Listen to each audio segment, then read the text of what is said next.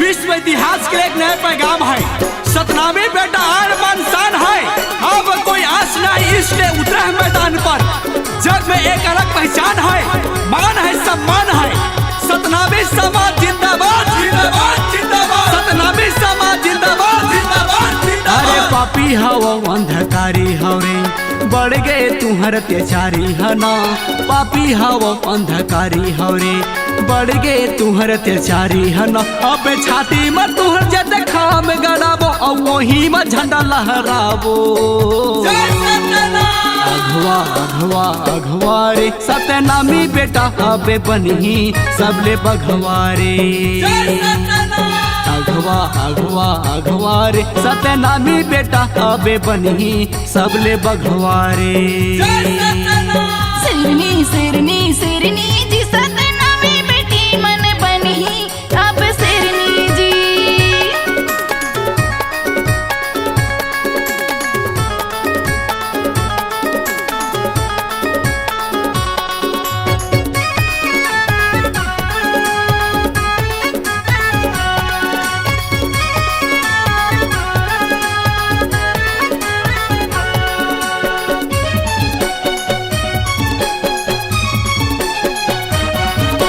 छाती ठोक के कहेले संग नहीं बाने कोनो बघवा। सत्य धर्म के लड़ाई के खातिर अब बनबो हम बघवा। स्वर्ग सही गिरौ धाम के भाई, जोड़ा जे थाम लकाटे खाई। स्वर्ग सही गिरौ धाम ल भाई, जोड़ा जे थाम लकाटे खाई।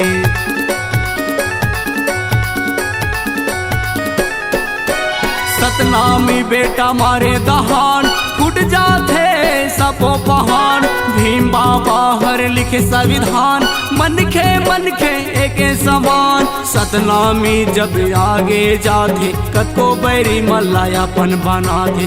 सतनामी हर जाके दाई अपन सीना मौला लगाते। जान जाव चाहे वचन जावे सतनामी एक बोलिया। सिरनी सिरनी सिरनी जी सतनामी बेटी मन बनी अब सिरनी जी। गुरु घासी बाबा के चेला सबले अघवारे।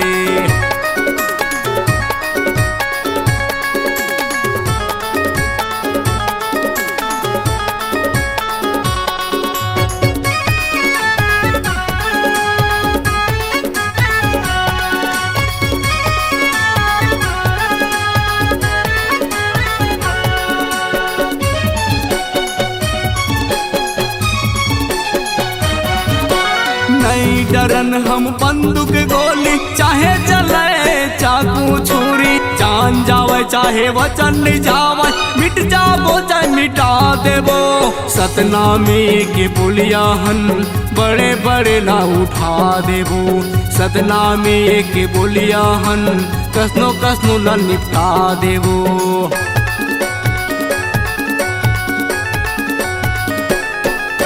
नहीं डरन हम बंदूक गोली, चाहे चले चाकू छुरी। जान जावे चाहे वचन जावे, मिट जाबो चाहे मिटा देबो। सतनामी के बुलियाहन बड़े बड़े ना उठा देबो। सतनामी के बुलियाहन कसनो कसनो ला निपटा देबो। प्यार मोहब्बत के बात नहीं समझाए तब बन जाते अघवा। सिरनी सिरनी सिरनी जी सतनामी बेटी मन बनी अब सिरनी जी। बघवा बघवा बघवा रे सतनामी बेटा के लइका सबले अघवा रे।